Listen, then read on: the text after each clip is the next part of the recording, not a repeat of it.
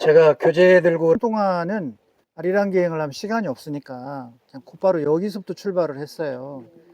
그런데 그 이틀로 늘린 이유가 아무리 아리랑이라고 하는 문학 작품도 중요하지만 이 작품의 배경이 되는 지리와 또 그 지리 속에 담겨 있는 역사성을 빼고서는 문학 작품을 제대로 이해하기가 어려워요. 사실은 7권, 9권에서 작가 조정래는 이 군산 서부 간척 사업을 아주 자세하게 다룹니다.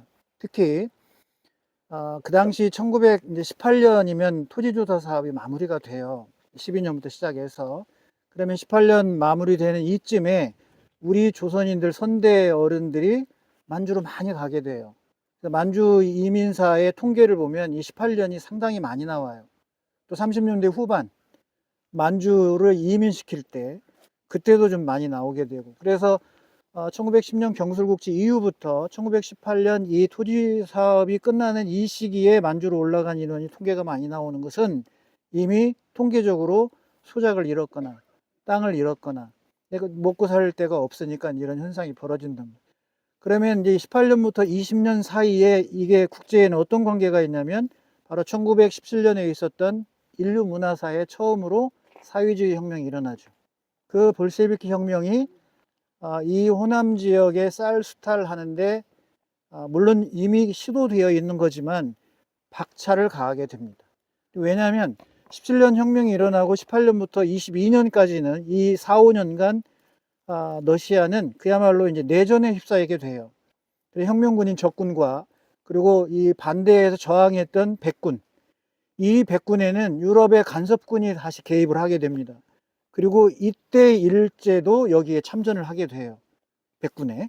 그러니까 러시아 연해주 일대에는 우리의 이 사회주의 계열의 독립운동가들과 그 다음에 러시아의 적군과 함께 일본군과 저항하며 싸우게 되는 거예요. 그게 이쪽에 우수리스크, 그 다음에 블라디보스토크 이 일대에서 우리 독립운동가들이 일본군과 싸우는 배경입니다. 빨치산이 돼서 함께 싸우게 되는 거죠. 그러니까 이 전투에 일본군이 투입이 되면서 일본 국내에 쌀을 매점매석하게 돼요. 전쟁이 일어나면 일어난 일입니다. 이렇게 되니까 일본 내에 쌀이 이제 귀하게 되고 일본 주부들이 폭동을 일으키게 됩니다. 그게 1920년이에요. 그러니까 1920년이면 이미 조선은 일제에 의해서 토지조사 사업이 다 마무리돼서 식민지 지배에 견고한 제도 장치를 다 마련을 끝낸 거죠. 그러니까 이러니까 일제는 어떤 전략을 쓰냐면 이제 일본에서 부족한 쌀을 바로 조선에서 공급을 하자. 이거를 세운 게 바로 1920년에 조선산미 증식계획이라고 하는 거예요. 그러니까 조선산의 쌀을 증식하겠다고 한 이 계획은 세계사와 연결이 되는 부분입니다.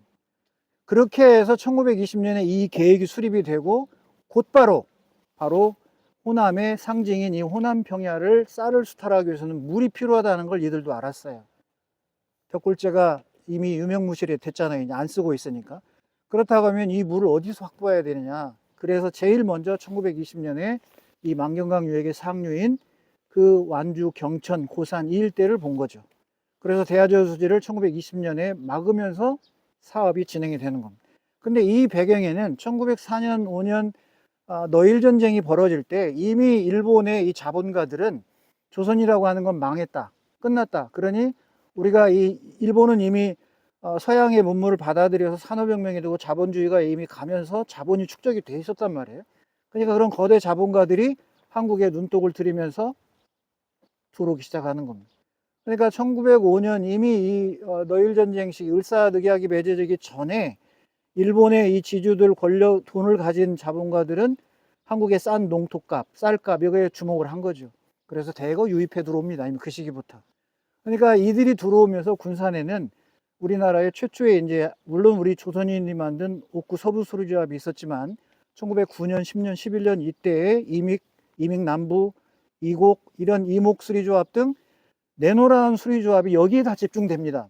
만경강에. 그래서 만경강이 제가 한강보다 더 역사성이 뛰어나다는 얘기를 그래서 하는 거예요. 그러니까 그러한 일본의 대자본가들이 와서 논을 사들이고 뻘론을 막 사들이는 게 소설 속에 막 등장되죠. 이미 그때부터 시작을 한 거예요. 그러니까 이런 일본의 거대 자본가들과 조선총독부와 일본의 국내 문제, 그리고 구체적으로는 바로 이 러시아의 혁명에서 있었던 적군과 백군 간의 이 전투, 내전, 이런 데서 오는 이런 물리적인 환경에 맞게 돌아가면서 여기가 수탈지로서 중심에 뜨면서 지할 땅이 많으니까, 그래서 수탈의 수리 간척 사업이 시작이 된다, 그런 얘기입니다. 그래서 우리가 봤던 아까 어우부에서 봤던 그 수로의 수로가 이렇게 여기까지 지금 오는 겁니다. 이제 보여요? 물론 이제 다 우리가 보수하고 해서 새롭게 콘크리트 해서 이렇게 됐지만, 과거에 이거 공사할 때 그냥 흙벽이에요. 옛 사진 보면 그냥 흙벽의 그런 모습을이고, 저희가 군산 자양중학교인데요. 이 수로가 여러분들 전북 지역에 사는 분들은 옛날 도로, 저 김제 백구에서 다리를 넘어가지고 익산 목천포, 좀 비켜드릴까요? 익산 목천포는 우리 권민수 교장쌤이 이리 남초등학교 교장쌤 할 때 제가 거기 가서 인연이 돼서 만났어요. 그 목천포를 지나면 전군도로를 타고 얘가 함께 따라옵니다. 전군도로의 좌측으로, 군산 오는 길에 좌측에 이게 쭉 따라와요. 따라와서 대야로 거쳐서 철길을 넘은 뒤에 이쪽으로 오는 거예요. 그래서 여기 와서 여기서 끝나요. 자, 여기가 끝난 지점이에요. 그럼 저 정면에 수로 보이죠? 이 수로는 이 근처에 이제 물을 대주기 위한 수로인데, 저 문을 내리고 오른쪽으로 휘어지죠. 저희가 양수장이에요. 저 지붕이. 그래서 1923년에 저희가 양수펌프장이 생깁니다. 이때는 전기가 여기 안 왔어요. 안 왔기 때문에 발동기로. 발동기 아시죠? 옛날. 그래서 막 놓고 해서 돌리면 벨트 긴 거 해가지고 돌던 거 아마 보셨을 거예요. 그걸로 퍼올렸어요. 1931년까지는. 그럼 그 이유는 어디서 그러면 했냐? 이 전신주 보이나요? 이 전신주가 바로 섬진강 댐에 물을 막아서 운암제를 세운 뒤에 1929년 11월에 완성됩니다. 운암제가. 그리고 그 물을 정읍 산해, 이 팽나무정 산해로 물을 떨어뜨려요. 그게 운암 취수구입니다. 그 취수구로 떨어뜨려서 동진강역으로 물을 보낸단 말이에요. 그런데 그게 29년에 이제 그렇게 했는데 2년 있다가 바로 이 남조선 전기주식회사가 거기에 눈독을 들입니다. 그래서 그 물 떨어지는 것을, 잉여의 물을 발전을 하자. 그래서 유역을 변경해서 섬진강 물을 동진강으로 보내면서 그 떨어지는 낙차를 이용해서 발전을 하는 생각을 하게 되죠. 그것이 남한 최초의 유역 변경 수력 발전소인 운암 발전소예요. 그래서 이 1931년에 운암 발전소가 완성이 되면서 그 전기를 끌어서 제일 먼저 온 데가 이 전신주로 여기까지 온 겁니다. 저기로. 저 발동기 있는 대로. 그 자리에 전기를 대주게 되는 거예요. 그러니까 물만이 아니라 거기에 물이 가진 에너지를 이용해서 전기를 생산한 뒤에 그 전기 생산을 쌀을 수탈하고자 하는 이 망경강 유역으로 동진강을 넘어온 물과 전기가 여기까지 온 게 연결이 되는 거예요. 그래서 이 물을 이제 전기로 품어 올립니다. 우리가 보통 저수지나 댐은 상부에서 내려오는 물을 막으면 가둬지잖아요. 근데 여긴 이게 이 지금 양수펌프장 아래가 바로 간석지였고 바닷물이 들어왔던 곳이에요. 지금은 거대한 850 정도의 논이 펼쳐져 있어요. 간척 이후에. 그런데 그 당시에는 바닷물이 들어왔단 말이에요. 그러면 여기다 물을 저장을 하면 어떻게 해야 돼요? 탱크처럼 쌓아 올려야 되는 거예요. 그래서 이 옥구 저수지를 탱크 저수지라고 그래요. 탱크형. 대하나 경천이나 섬진강댐이나 우리나라 소양강댐이든 용담댐이든 대부분 다 산 계곡을 막아서 막잖아요, 물을. 여기는 그게 아니라 저수지는 저수지인데 물을 퍼올려야 되는 저수지다, 그런 얘기예요. 왜냐하면 해수면과 같으니까 이게. 그러니까 쌓아 올려서 물을 퍼올려야 되는 구조였어요. 그래서 이렇게 해서 저 멀리 섬진강 유역과 동진강이, 그 다음에 망경강의 대하저수지에 물이 이렇게 오면서 전기라고 하는 게 연결이 되면서 다 연결이 되는 거예요. 수탈을 위한 총 집결이 바로 이제 군산으로 쌀이 모여드는 거 아니겠어요? 그러니까 이런 기간산업이나 자연지리를 이용해서 상부 지역에 있는 댐을, 하부에 있는 이런 또 저수형 탱크를, 그리고 그걸 이용해서 전기까지 생산하는 이런 막대한 구조물들을 세운 뒤에 결국 이 수로가 핵심이어야 되잖아요. 이 수로가 와서 여기서 막혀서 저기서 퍼머 올리는 그런 모습을 하고 있다, 그런 얘기입니다. 이제 우리가 왜 제가 어우리보를 갔는지 좀 더 이해가 되시죠? 그걸 안 보고 제가 여기서 말로만 하면 별로 개념이 안 와요. 더 개념이 올라면 대하저수지를 가야 돼요. 그러려면 여기서 주무시면 제가 해드릴게요. 그렇게는 시간이 많이 안 되니까 그렇게 못하고, 자, 그 다음에 이제 옆에 철로를 봐요. 자, 철로가 하나 있죠? 저 철로는 군산이 얼마나 아픈 도시인지를 상징적으로 말해주는 대표물입니다. 저는 철로를 하면 러시아의 시베리아 횡단철도를 생각합니다. 왜 그러느냐? 제가 이번에 연해주를 가서 블라디보스토크에서 저녁 8시에 타가지고 하바로프스크까지 12시간을 달렸어요. 그래서 아침 8시에 도착했습니다. 그거를 꼭 타보고 싶었던 이유가 있었어요. 바로 이 1890년대 후반부터 시작됐던 러시아의 남방 정책. 이 정책을 위해서 이들이 철로를 개설할 생각을 합니다. 문제는 북쪽에서는 러시아가 그런 남하 정책을 피고 있다면 남쪽에서는 일본이 대륙 침략의 야욕을 벌이면서 이미 1894년 러시아가 이 남으로 내려오는 철도를 구상하기 이전에 일본은 우리 한반도 침략과 이 구상을 이미 끝냈어요. 그래서 1894년에 동학농민혁명군을 토벌할 때 이들은 비밀리에 먼저 측량을 시작합니다. 어디? 부산에서부터 서울로 가는 철로를 놓기 위한 비밀 작업을 이미 동학혁명군 토벌하면서 해요.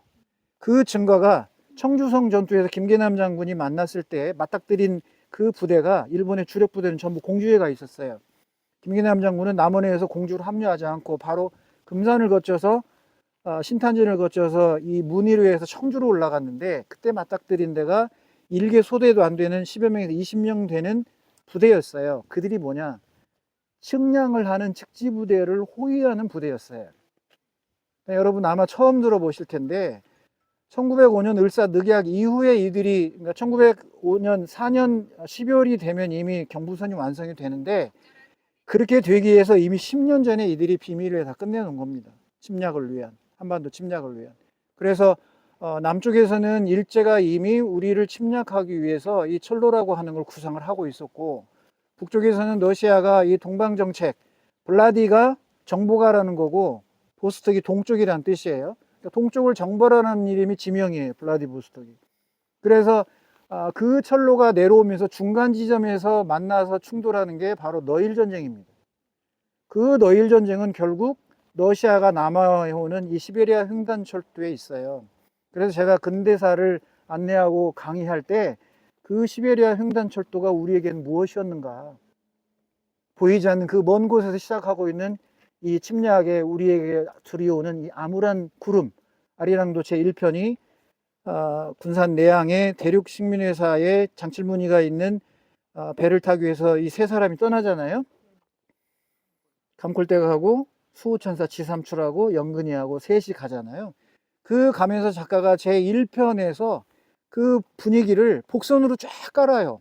암울한 구름부터 그 갯내음이 들어오는 이런 여러 가지 상황을, 미래 이 한반도에 닥쳐올 불은, 또 이 방향근이 하와이로 노예처럼 팔려가야 하는 이런 상황, 또 나라는 점점 국운을 잃어서 망해가고 있는 이런 분위기를 초입 부분 전개에서 구름과 색깔과 들녘과 그 다음에 우중충충한 그 비가 오려고 한 이런 모든 것이 암울하게 전개되는 게 여기에 있습니다. 그래서 여러분들은 옆에 보이는 철로를 보면 무슨 생각할지 모르지만 저는 늘 산업혁명과 제국주의가 늘 떠올라요. 저는 제가 상징이거든요. 그러나 오늘날 저거는 누구나 갖고 있는 인류의 교통수단이에요. 그죠?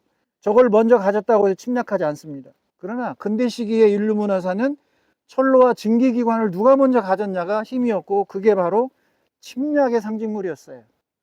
가진 자는 제국주의가 됐고 못 가진 자는 식민지로 전락한, 이게 근대의 우리의 아픈 역사입니다. 그래서 철로라고 하는 게 저에게는, 그래서 내가 군산 장미동에 가면 군산 장미동의 내향 인문학이라는 영역으로 강의를 합니다. 군산 내향의 인문학은 어떻게 가야 할 것이냐. 저 철로는 1953년에 세워진 겁니다. 한국전쟁 중에. 예, 뒤에 있는 거. 이걸 옥구선이라고 그래요. 옥구선인데, 물론 익산에서 군산으로 수탈을 위한 철로는 1911, 12년에 완공이 되지만, 그럼 이거는 왜 이렇게 됐느냐? 여기서 따라가면 어디로 가냐면 군산 미군 비행장으로 들어갑니다. 이 미군 비행장으로 향하는 철길이에요. 그래서 당시에는 1930년대 초중반에 일제가 제주도의 알뜨르 비행장이나 정석 비행장, 진뜨르 비행장 여러 비행장으로 특공대를 만들어서 태평양 전쟁을 준비했다면 여기도 마찬가지예요. 그래서 이 군산의 상제, 중제, 하제에 있는 넓은 이 뜰을 일제가 여기다가 비행장을 세웁니다. 1930년대. 그 비행장이 일제 강점기가 넘어지고 미군이 상륙해서 오식도를 통해서 이제 상륙을 해서 들어와요. 한국 전쟁 때. 그래서 점령한 뒤에 미군이 저기를 점령합니다. 그렇게 해서 거기에 미군의 이제 군수 물품뿐만이 아니라 여러 가지 운반이 필요하잖아요. 그래서 군산역에서 얘를 끌고 바로 군산 비행장으로 연결한 철로입니다. 그러니까 아픈 역사에 계속 반복되는 거예요. 이 흔적은 일제 강점기의 수탈의 흔적이라면 이거는 그 불행했던 역사 통일을 이루지 못하고 남과 북이 분단돼서 또다시 세계전쟁, 한국전쟁이라는 전쟁을 치르는 와중에 생긴 거잖아요. 그리고 이게 끝난 게 아니고 이거를 이어가면 지금 군산 비행장에 미군이 대중국, 대북한, 오히려 중국이 더 큽니다, 영향이. 그래서 어마어마하게 지금 비행장을 증설하고 확장하고 있어요. 그래서 오늘 여기 옥구저수지가 끝나면 제가 여러분들에게 하제, 그 사라진 포구와 사라진 마을, 왜 지금 사라지고 있냐. 하나는 바다 쪽에서 새만금 간척 사업으로 사라지고, 하나는 미군의 그러한 전략적 욕심이라고 할까요? 그거에 의해서 비행장을 확장하면서 먹어 들어왔어요. 그래서 하나는 새만금으로, 하나는 미군 비행장의 확장으로 마을과 포구가 사라져 버리고 지금은 다 메꿔져서 흙으로 다 차져 있습니다. 그곳에 덩그러이 600년 된 팽나무 하나만 지키고 있어요. 그것도 미군 비행장 확장해서 없애려고 했어요. 군산에서 엄청나게 저항을 했고 지금 지켜내고 있습니다. 지켜져 있고. 자, 그래서 여러분들이 보는 우리 눈앞에 펼쳐져 있는 이 수로와 철로는 모두 우리에게 과거의 역사 속에서 타인 타국의 침략과 근대라고 하는 야만의 상징성이, 이것도 마찬가지고 저것도 마찬가지고 다 연결이 되어 있다. 그 흔적이 저 앞에 수문에 남아 있어요. 그걸 보여드리고 이제 옥구저수지로 올라가겠습니다. 자, 우리 선생님들 단톡방 열어주세요.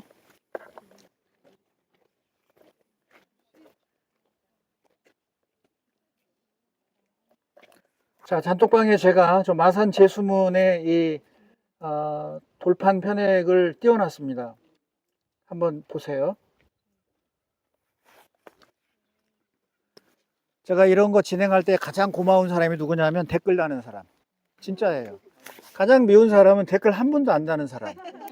이 사람이 도대체 본 건지 안 본 건지 한다는 건지 지금까지도 연락 안 온 사람이 내일 온다는 사람이 하나 있는데, 나 이런 사람 정말 싫어합니다. 진짜로요. 이런 연수가 기획에도 열면 소통로에 답을 해줘야 되거든요.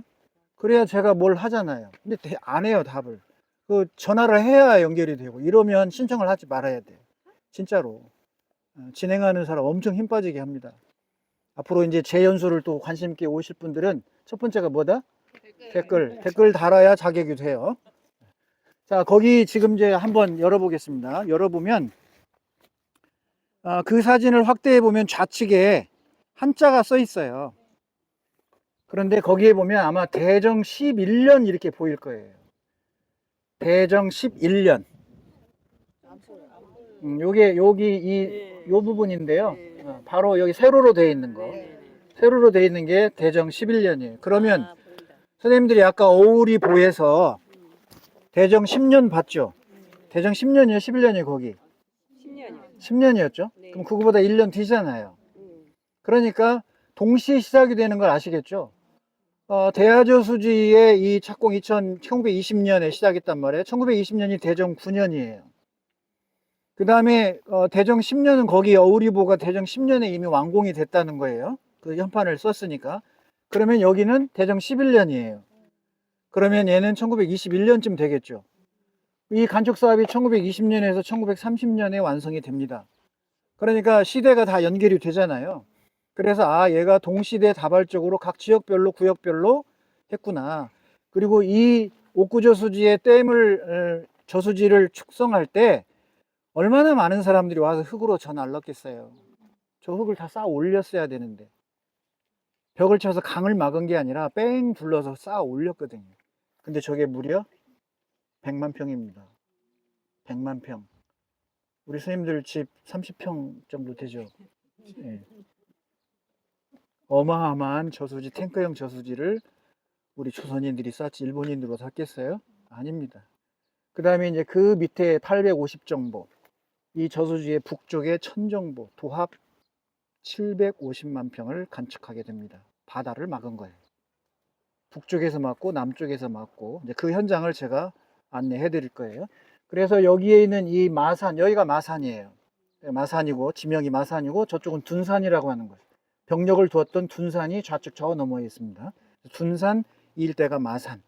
그래서 여기를 마산 방죽이라고 했고요. 제가 2015년도에 여기를 처음에 이제 답사를 하면서 취재했던 어르신이 있었어요. 옥구저수지 한번 볼까요? 교재 42페이지에 나와요.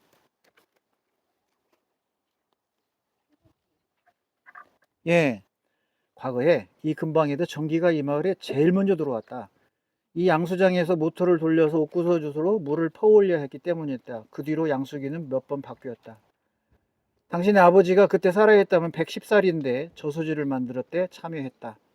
이게 생생한 증언인 거예요.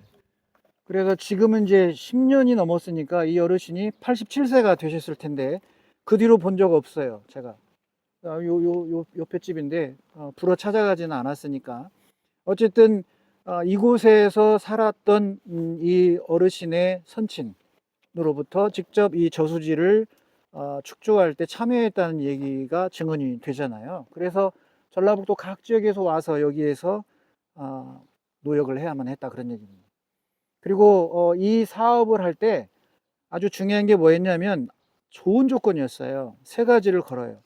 그래서 이 옥구 저수지와 간척 사업의 이 전개 과정을 작가가 표현해 나갈 때 어떻게 하냐면 바로 아까 제가 얘기했던 조선 총독부의 이 조선산미 증식 계획을 그대로 역사를 그냥 풀어줍니다.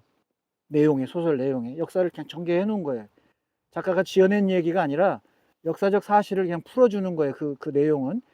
다만 이 사업을 한 불이흥업 주식회사의 후지 간따로라고 하는 사람이 있어요. 후지 간따로인데 한자로는 등정관태랑입니다. 등정관태랑. 이 후지 간따로가 조선 수리왕이라고 불려질 정도로 어마어마한 수리 사업을 한 사람이에요. 그래서 황등제도 찾아내가지고 그걸 처음에 저수지로 만들었다가 한 20여 년 쓰다가 다시 메꿔버리고 경천저수지를 만들고 이런 일을 그 사람이 했어요.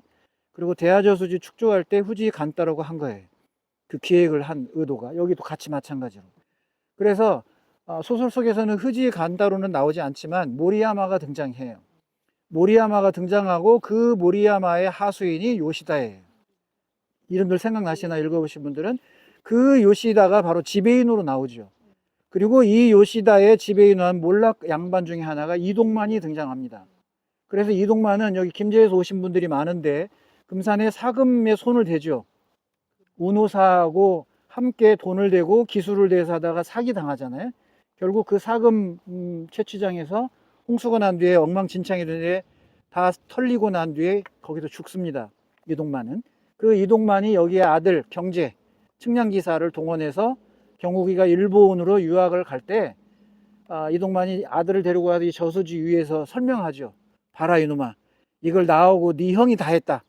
그러니까 경욱이가 그러죠. 무슨 아버지가 형이 다 해. 다른 사람들이 다 했지. 속으로 하는 말이 이제 소설 속에서 등장해요.